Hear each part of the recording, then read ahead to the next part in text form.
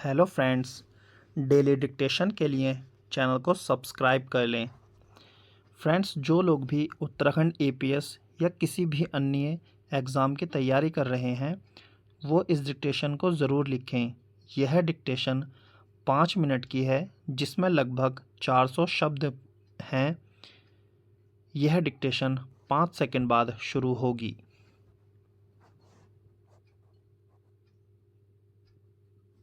सहशिक्षा का साधारण अर्थ है लड़के लड़कियों की एक साथ शिक्षा। दूसरे शब्दों में लड़के लड़कियों को एक साथ एक ही कक्षा भवन में बिठाकर एक ही समय में सभी विषय पढ़ाना लिखाना सहशिक्षा कहलाता है।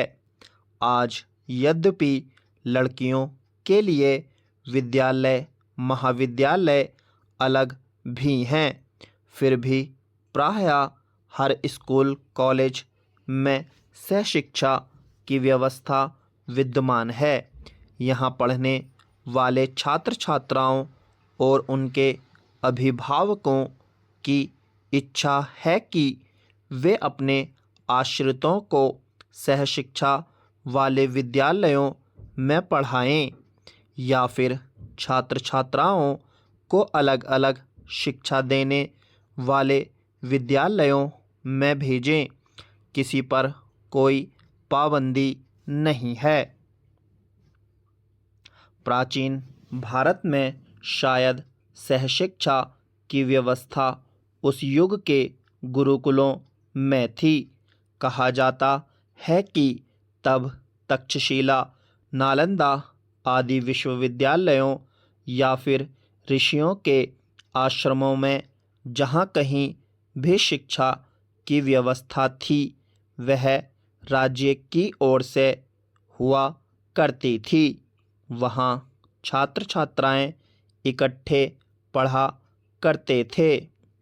यह बात अवश्य खोज का विषय है कि इकट्ठे से तात्पर्य एक ही साथ और एक ही समय में पढ़ना है या एक ही समय आदि में अलग अलग कक्षाओं में दोनों छात्र छात्राओं के पढ़ने पढ़ाने की व्यवस्था थी।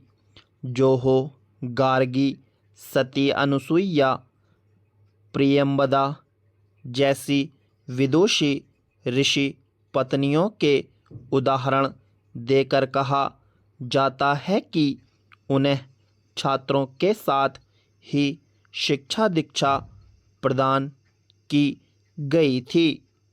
तब यदि सहशिक्षा हुआ करती थी तो भी उसके किसी अच्छे बुरे परिणाम की लिखित या मौखिक चर्चा कहीं भी नहीं मिलती। अतः ना तो उसके बारे में विशेष कुछ कहा जा सकता है और ना ही उसे आज का या किसी प्रकार का आदर्श मानकर चला जाता है। भारतीय इतिहास के मध्यकाल में तो शायद नारी शिक्षा एक प्रतिबंधित कर दी गई थी। इसी कारण इस युग की शिक्षा व्यवस्था का कोई स्वरूप एवं उदाहरण प्राप्त नहीं होता। कुछ लोगों के बारे में यह अक्सर कहा जाता है कि वे उच्च परिवारों की नारियों के शिक्षालयों जैसे कवि आचार्य केशवदेव के बारे में प्रसिद्ध है कि उन्होंने अपनी शिष्याओं को पढ़ाने के लिए कुछ पुस्तकें रची थीं। हमारा विचार है मध्यकाल में अगर नारियों को शिक्षा दी भी जाती रही तो उनके घरों या राजभवनों में, कहीं भी विद्यालयों में भेजकर नहीं। अतः मध्य काल में सहशिक्षा की व्यवस्था होने का प्रश्न ही नहीं आता। वास्तव में आज के भारत में जिस प्रकार की और जिस रूप में सहशिक्षा का प्रचार है वह ब्रिटिश राज की देन और पश्चिम का प्रभाव है। हाँ, आज सहशिक्षा का स्टॉप।